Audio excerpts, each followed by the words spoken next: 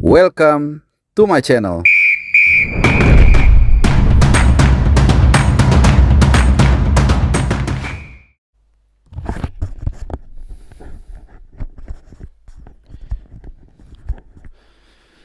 Halo teman-teman semua, baru saja kita mendapatkan berita atau kabar soal Garuda Calling dan kelihatannya sudah mulai menyebar di mana-mana di sosial media dan di WhatsApp grup. Tentunya di kesempatan kali ini kita akan bahas itu karena ini adalah yang paling ditunggu-tunggu. Semuanya pengen tahu juga bagaimana kira-kira materi komposisi pemain di bawah pelatih baru John Herdman yang ditunjuk menggantikan Patrick Kluivert per Januari. Nah, ada 41 nama total yang di calling atau dipanggil oleh John Herdman. Tentunya ini dalam persiapan untuk FIFA Series nanti yang akan berlangsung tanggal 27 dan 30. Kita akan menghadapi St. Kitts and Nevis di tanggal 27 dan di laga berikutnya kita akan menghadapi antara Bulgaria dan Solomon Islands.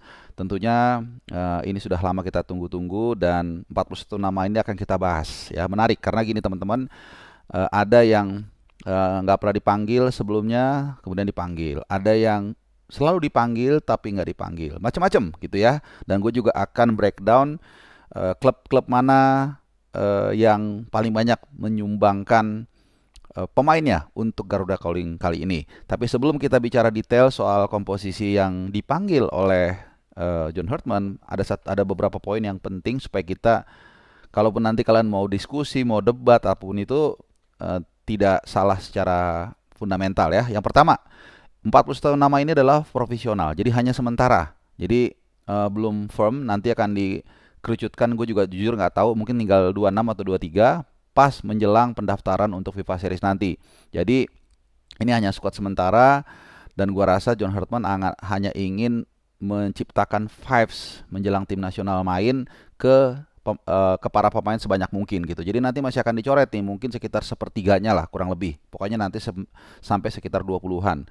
Kemudian juga nanti kita akan lihat bagaimana para pemain yang memang nggak bisa tampil sudah dipastikan karena berhalangan. Berhalangan itu bisa karena cedera maupun juga karena sanksi. Yang mendapatkan sanksi atau hukuman yaitu ada dua, Tom Hai, pemain Persib Bandung, dan juga Sen Patinama, pemain Persija. Dua pemain ini dihukum menyusul keributan yang terjadi di round 4 ya. Setelah kita kalah lawan Irak 1-0, ada sedikit kekacauan sehingga dua orang ini disanksi, dan bukan hanya dua orang ini sebenarnya, tapi juga mantan manajer timnas Bapak Sumarji. Nah, beberapa pemain lainnya juga yang memang tidak bisa tampil, kita bahas dulu yang absen ya, karena cedera, yaitu Mads Hilgers juga masih cedera yang cukup panjang. Kemudian Marceng ini juga dalam proses pemulihan, dan kabar terakhir dia melakukan pemulihan itu di mother clubnya di Oxford United. Kemudian ada Asnawi dan Arhan yang bermain di Thai League, di Port FC dan juga di Bangkok United. Ini juga sama dalam proses pemulihan cedera.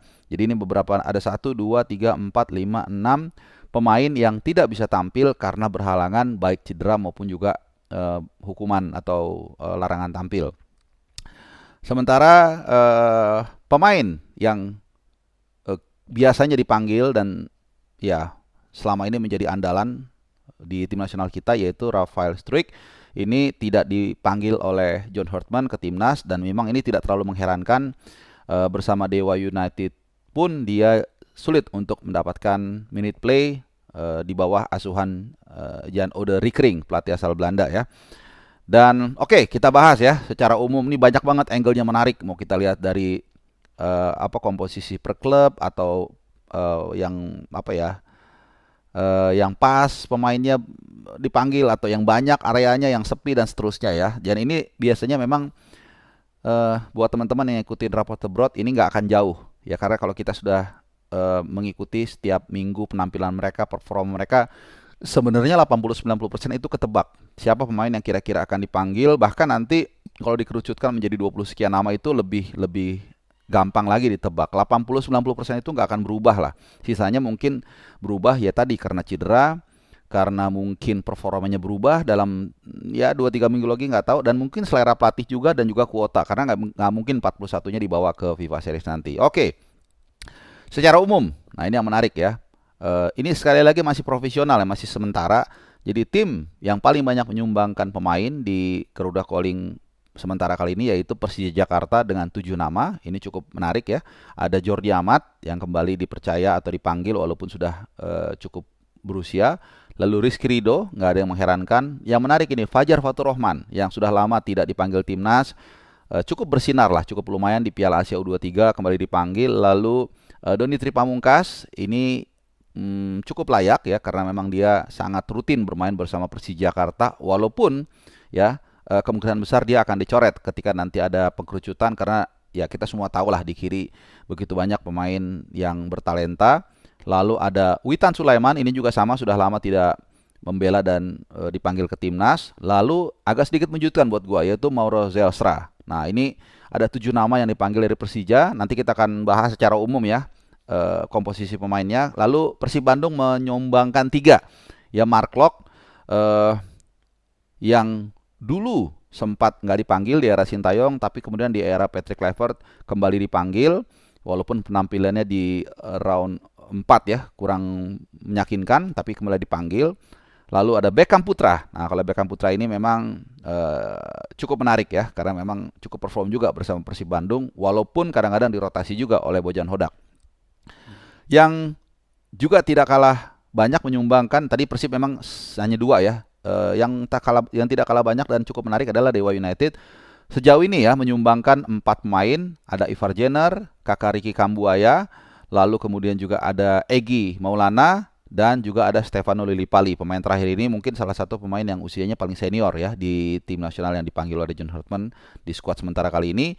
Dan dari New Kids on the Block, Malut United itu menyumbangkan seperti biasa langganan, duo Sayuri, Yakob Sayuri dan Yance Sayuri. Ini memang satu paket ya, biasanya dipanggil bareng, dan kalaupun berhalangan memang seperti itu. Dan anak kembar konon katanya memang seperti itu. Ini bukan ada tendensi apa-apa ya gitu. Jadi itu sisanya itu dibagi satu klub semua. Let's say name it lah, Jay Itses di Sassuolo, kemudian Emile Odero di Cremonese, lalu ada Calvin Verdong di Lille, dan seterusnya sampai dengan Justin Hapner di Fortuna Sittard, dan klub-klub di Liga 1 atau BRI Super League seperti Arkan Fikri yang juga dipanggil dari Arema FC. Lalu ada Muhammad Ferrari dari Bayangkara, kemudian juga ada Tim Gapens juga dipanggil dari Emmen, ini Eerste Divisi atau kasta kedua sepak bola Liga Inggris.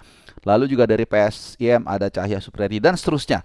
Nah, kita akan langsung aja ke materi yang dipanggil. Kita akan lihat dari berbagai sudut. Tentu ini menarik banget ya, bisa berbagai angle kita angkat. Tadi gue udah angkat dari kontribusi dari tiap klub, komposisinya seperti apa, dan juga gue udah nyinggung soal pemain yang biasa dipanggil, nggak dipanggil dan seterusnya, dan juga pemain yang berhalangan. Nah, kita lihat mungkin biar enak runtun dari penjaga gawang. Nah, penjaga gawang ini total dipanggil ada 5.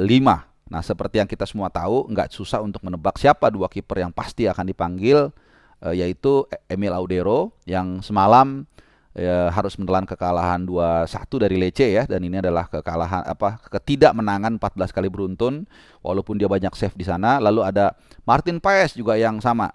Ini tidak diragukan lagi, tapi sayang di laga terakhir di Eredivisie dia harus menelan kekalahan 3-1 ya dari Groningen gitu ya.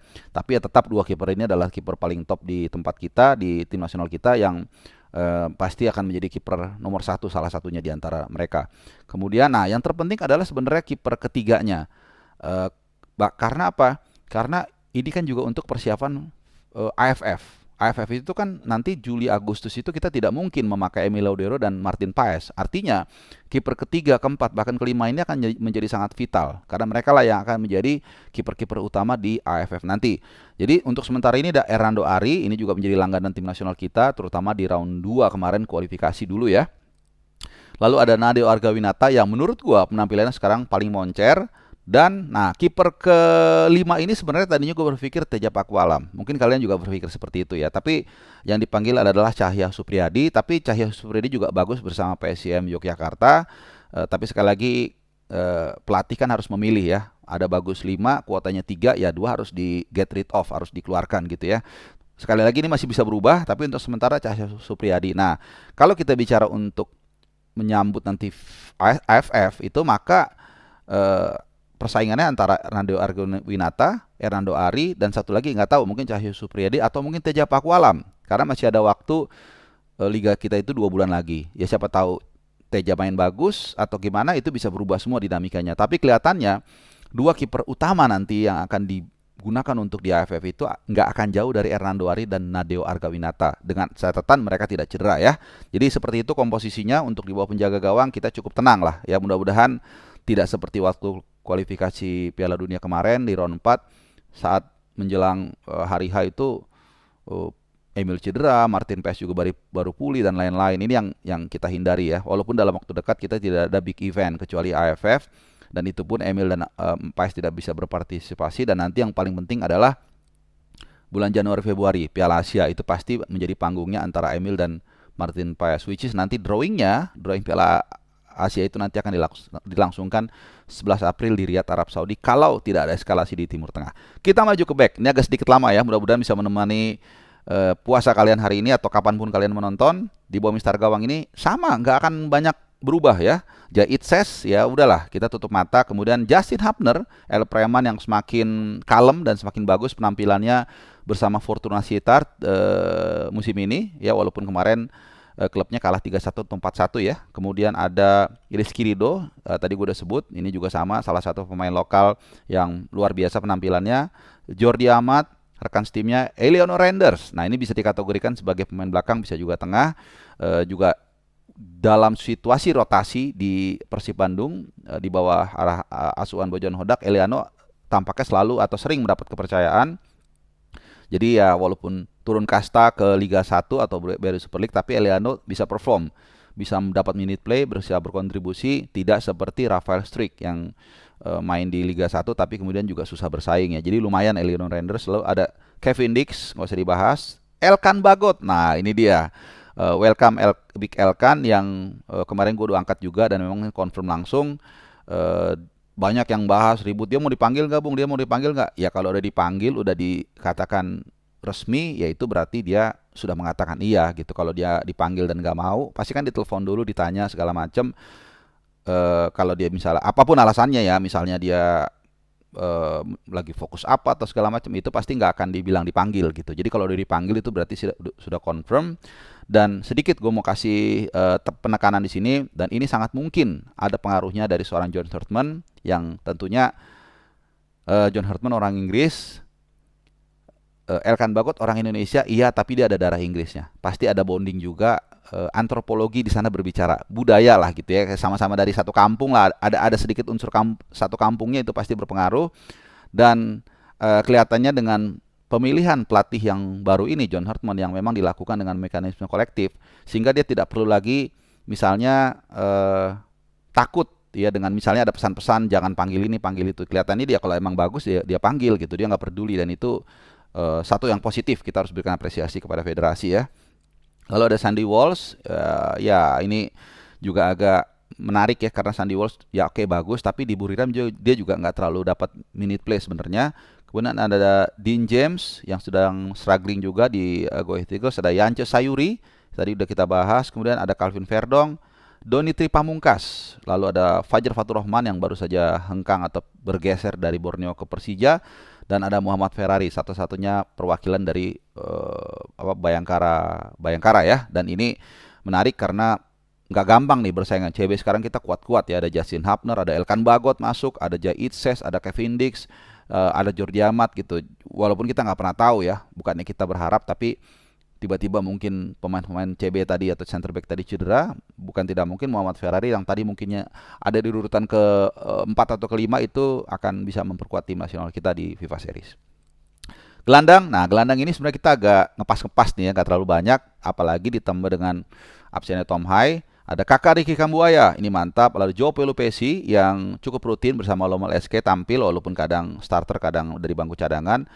Nathan Choawan, nah ini yang gue bilang, Nathan Choawan ini bisa dipasang sebagai LB, bisa sebagai DM ya. Menariknya selama di Willem II ini musim ini dia bagus memang sebagai LB, sering hampir 9, mungkin 100% kali dia main sebagai LB. Tapi nggak masalah, yang penting kepercayaan dirinya udah balik, touch-nya juga udah balik karena dia rutin bermain sebagai starter bahkan bersama Willem II Tilburg ya. Jadi bukan welcome back aja apa ya. Ya selamat ke penampilan selamat ke penampilan terbaik lagi lah Nathan Choawan ini ya, salah satu pemain yang bersinar di Piala Asia dan Piala Asia U23. Lalu ada Ivar Jenner udah gue bahas, Mark Locke, Witan Sulaiman ini juga agak struggling di Persija tapi dipanggil. Ya mungkin sekali lagi John Hartman hanya ingin melihat secara umum bagaimana sih vibes-nya mereka. Lalu ada Tim Gapens yang dianggap sebagai gelandang, lalu ada Arkan Fikri dan juga Victor Detan, pemain muda asal Kupang yang bermain di PSM Makassar ini mendapat kepercayaan. Dan kalau gue suka ngeliat mainnya, fisiknya bagus, fisiknya juga oke, berani, dan sudah matang, lumayan matang lah seperti itu ya. Walaupun belum tentu dia akan nanti menjadi final squad di di FIFA Series nanti ya, tapi paling nggak dipanggil udah menimbulkan kebanggaan. Yang pasti harganya mungkin lebih naik ya, walaupun dia udah pernah membela tim nasional kita di AFF di 2024. Nah, pemain depan ini, nah ini yang menarik ya. Oke, Egy Maulana, Oli Romni ya lagi cedera ringan, Ragnar Oratmangun baru pulih dari cedera dan setelah pulih baru sekali dia tampil. Lalu ada Jens Raven, nah ini yang agak menarik ya. Sorry to say, mungkin buat gue dia akan dicoret nih, karena di Bali pun sama, dia struggling. Dan bahkan jujur aja, kalau mau dibandingin lebih layak Axel Runtukahu untuk dipanggil ke timnas karena lebih banyak minute play dan lebih banyak golnya. Maurits Zelstra musim ini boro-boro golin, starter aja belum pernah sama sekali. Tapi again, karena ini masih sementara, Ezra Walian ini pernah kita bahas, uji tajam di lini depan. Alternatifnya waktu itu gue mengusung Ezra Walian karena memang bagus, simple di Persik. Lalu ada juga Luke Fikri, tapi Luke Fikri kan masih dalam, kita nggak tahu apakah proses naturalisasinya sudah berjalan ya. Tapi Ezra Walian gue sangat punya feeling dia bisa akan bertahan untuk final squad di FIFA Series nanti. Lalu ada Miliano Jonathans, ini pasti udah dipanggil tapi kemudian 2 hari lalu cedera, jadi nggak mungkin tiba-tiba dicoret.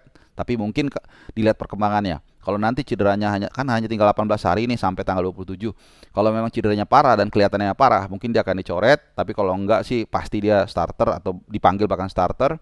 Beckham Putra, Ramadan Sananta. Ramadan Sananta ini juga struggling. Tahun ini hanya 2 atau 3 kali starter bersama DPFM di Liga Malaysia. Yakob Sari, Adrian Wibowo yang belum sekalipun tampil karena MLS sudah 3 pekan berlangsung, tapi Adrian Wibowo belum sekalipun masuk DSP. Ya tapi sekali lagi ini hanya untuk mungkin menjalin komunikasi aja ya. Lalu ada Hoki Caraka, gue salah satu orang yang melihat Hoki Caraka ini sebenarnya punya potensi, punya skill, kemampuan, dan sekarang pun cukup perform bersama Persita. Dan kalian lihat Persita sekarang ranking berapa. Cuman memang menurut gue dia harus punya satu sosok role model yang bisa, ya namanya juga masih muda ya dan sudah jadi bintang, mungkin perlu seperti Vinicius Junior di Madrid lah, gue selalu kasih contoh itu ya. Harus punya pawang seperti Ancelotti, mudah-mudahan dia bisa semakin dewasa. Dan Lili Pali ini mungkin juga agak susah ya karena usianya sudah digorogoti usia, tapi ya kita nggak tahu ya apakah memang dia akan bertahan di final squad nanti yang diumumkan dalam waktu dekat menjelang FIFA Series. Nah itu teman-teman semua, jadi kalau mau diambil angle-nya macam-macam nih ya, tiap pemain aja bisa kita bahas mungkin 10 menit sendiri. Yang pasti secara umum itulah gambaran dari pemanggilan pemain Garuda Calling sementara ini. Dan kalian pasti punya pemikiran, punya pendapat, nggak setuju dan maksudnya feel free, mari kita menikmati sepak bola sambil ngobrol apa segala macam. Tinggalkan komen kalian di kolom komentar, apa pendapat kalian menurut Garuda Calling kali ini, dan apakah seantusias itu kalian untuk nonton langsung atau kalian mau mudik. Nah kali ini bertepatan dengan hari Lebaran ya, beberapa hari setelah Lebaran. Sekali lagi teman-teman, agak lumayan panjang kali ini karena memang banyak yang mau dibahas. Mungkin kalau bahas lebih detail lagi bisa 1 jam atau 2 jam, supaya kalian gak bosen dan juga menemani apapun aktivitas kalian dimanapun kalian berada. Terima kasih banyak teman-teman yang sudah menyaksikan channel ini dan sudah sukses juga. Terima kasih. Semoga kalian dinaungi kesehatan. Kita jumpa lagi di kesempatan yang lain, di video yang lain, dan adios.